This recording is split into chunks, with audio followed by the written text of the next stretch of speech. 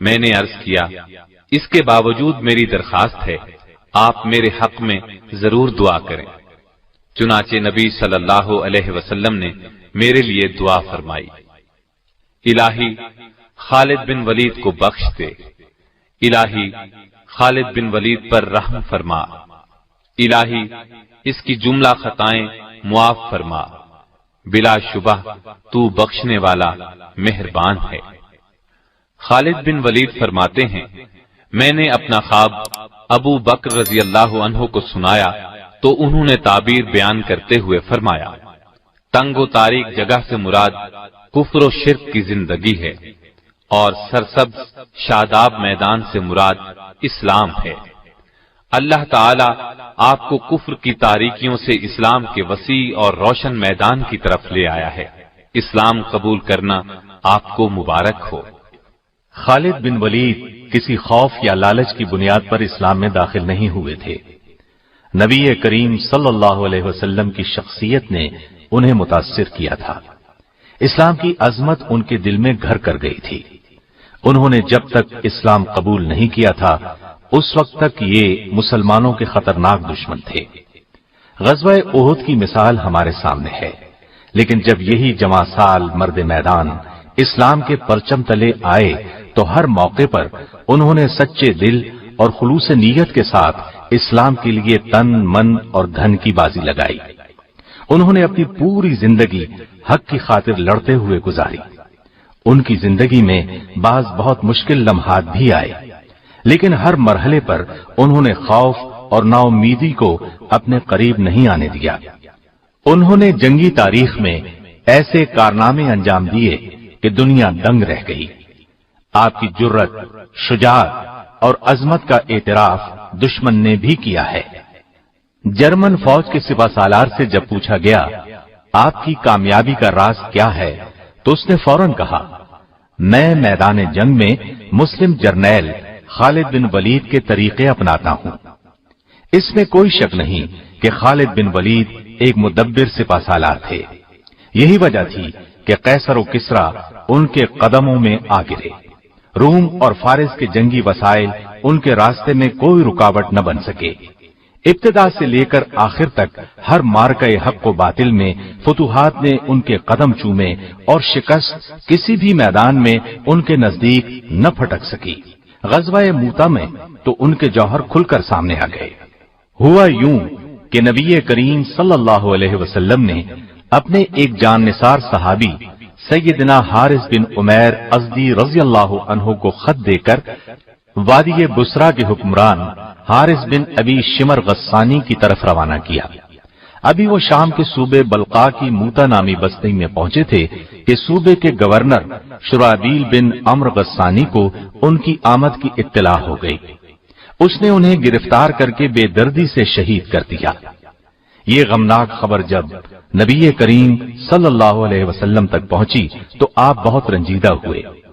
اس کے علاوہ 15 صحابہ پر مشتمل ایک تبلیغی جماعت سرزمین شام میں مصروف تھی۔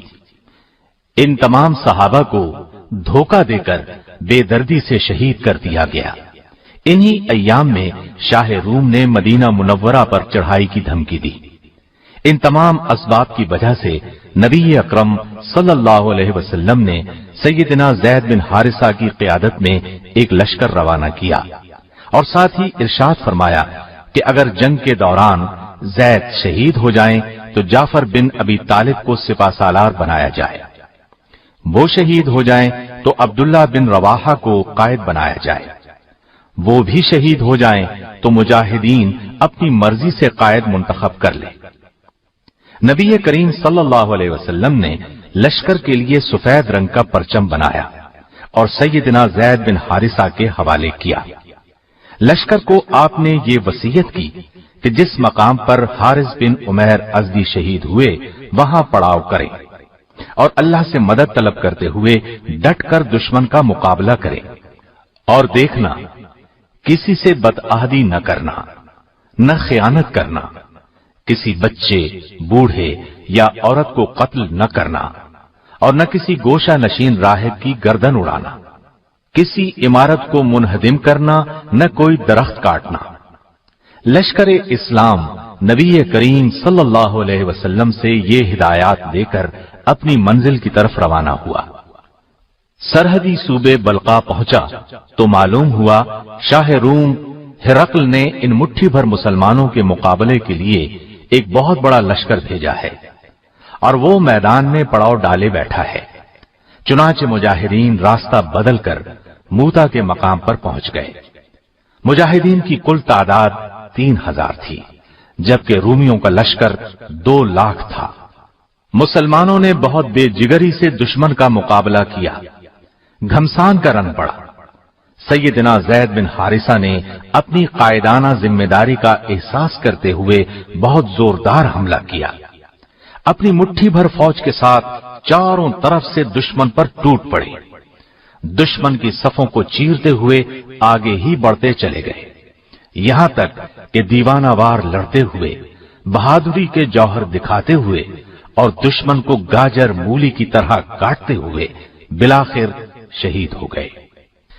इनके बाद सैयदना जाफर बिन अबी तालिब ने इस्लाम का झंडा हाथ में ले लिया, घोड़े को एड़ लगाई और आनन फानन दुश्मन के लश्कर के दरमियान में पहुंच गए। उन पर टूट पड़े और तलवार के जौहर दिखाने लगे।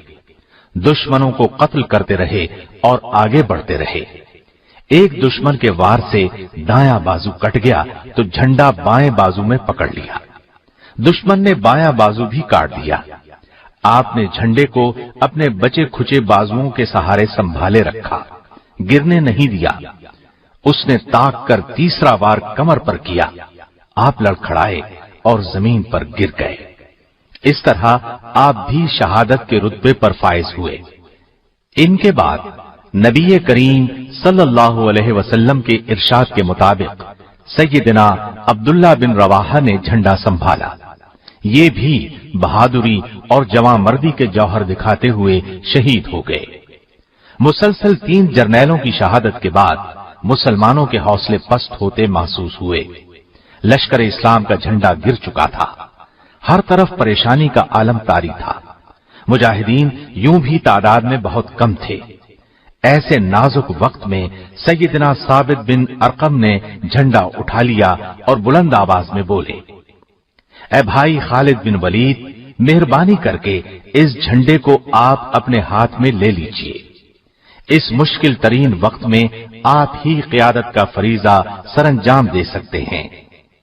इस पर सैयदना खालिद बिन वलीद ने फरमाया, आप झंडा अपने पास रखिए, आप मुझसे अफजल हैं। आपने ग़ज़वा बद्र में भी हिस्सा लिया है, लिहाजा लश्कर इस्लाम की क़ियादत आपका हक है। उनकी बात सुनकर साबित बिन अरकम ने कहा, मैदान कारजार में अपनी जवांमर्दी के जौहर दिखाने में आपसे बेहतर इस लश्कर में कोई नहीं। अल्लाह की कसम, ये झंडा मैंने आपके हाथ में देने के लिए ही उठाया है। मुझ समेत सभी की ख्वाहिश है कि इन संगीन हालात में ये जिम्मेदारी आप संभालें। ये कहकर उन्होंने बुलंद आवाज में कहा, मुजाहिदो, क्या तुम खालिद बिन वलीद को अपना सिपा सालार तस्लीम करते हो? सब ने यकजुबान होकर कहा, हां, हम खुशी से इनकी सिपा सालारी में लड़ने के लिए तैयार हैं। ये सूरत हाल देखते हुए सैयदना खालिद बिन वलीद ने अल्लाह का नाम लेकर झंडा अपने हाथ में ले लिया। दुश्मन के मुकाबले में मुजाहिदीन की तादाद आटे में नमक के बराबर थी। मुजाहिदीन की कमान हाथ में लेते ही सैयदना खालिद बिन वलीद ने ये हिकमत अमली इख्तियार की कि चंद घुड़सवारों के जिम्मे ये काम लगाया कि लश्कर से पीछे हटकर सिर्फ घोड़े दौड़ाते रहे। उन्होंने जब ये काम शुरू किया तो वहां गर्दो गुबार उठने लगा। रूमी लश्कर ये सूरत देखकर खौफजदा हो गया। उसने ख्याल किया कि मुसलमानों को कुमक पहुंच गई है, इसलिए उनके हौसले पस्त होने लगे। खालिद बिन वलीद ने अपनी फौज को पीछे सरकाना शुरू किया और बड़ी एहतियात और हिफाजत से अपने लश्कर को दुश्मन के नरगे से निकाल लाए, वरना इस्लामी फौज पूरी तरह रूमी फौज के नरगे में आ चुकी थी। फिर उन्होंने दूसरे दिन लड़ाई शुरू होते ही जोरदार हमला शुरू किया। रूमियों के परखचे उड़ाने लगे। उनके हाथ से उस रोज 9 तलवारें टूटी।